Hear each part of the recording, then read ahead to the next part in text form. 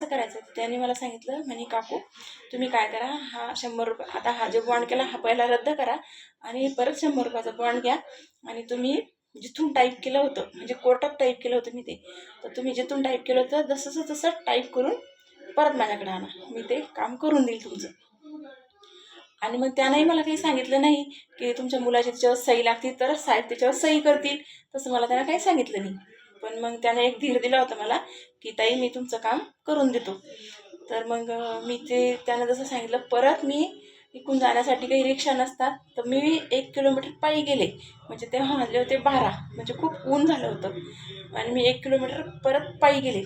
रिक्षा नसते, मी पहिलंच सांगितलं तिकडून यायच्या वेळेस रिक्षा असते, इकडनं जायच्या वेळेस रिक्षा नसते. तर मी 1 किलोमीटर तहसीलहून कोर्टात चालत गेले. तर मग ते त्याने जसं सांगितलं तसं मी केलं. परत रिक्षा पकडली, परत नवीन तहसीलला आले. नवीन तहसीलला आल्यानंतर त्याच्याजवळ फॉर्म दिला, ते बॉन्ड दिला आणि बॉन्ड दिल्यानंतर मग त्याला मी म्हटलं भैया आता बघ काय करायचं इथं.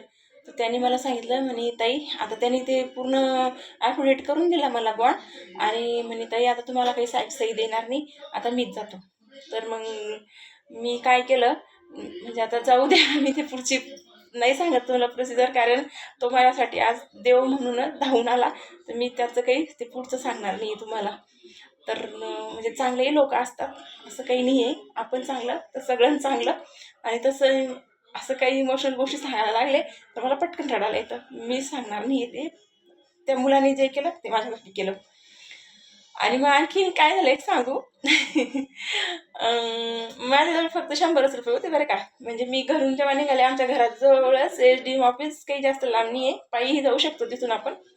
तर मी घरापासून थोडेसे अंतर गेले म्हणजे 100च रुपये नेले मी. म्हटलं आज काही पैशाचं काम नाही आहे, तसे पैसे होते घरी पण मी काही नेले नाही. म्हणजे 100 रुपयातून जातात आणि माझ्या फोनपेला ऑलरेडी पैसे होते. आणि मग तिथे गेल्यानंतर म्हटलं अरे मग माझ्या मुलाला फोन लावला.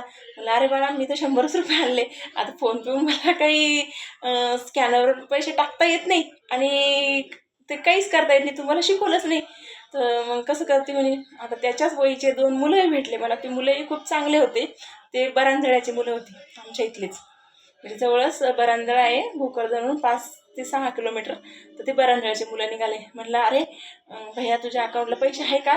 ते म्हणते आहे काकू किती पाहिजे. तर म्हटलं अरे मी तुला 500 रुपये विड्रॉल करणार आहे, तुम्हाला 500 रुपये दे. कारण मला वाइंडरचे पैसे द्यायचे होते.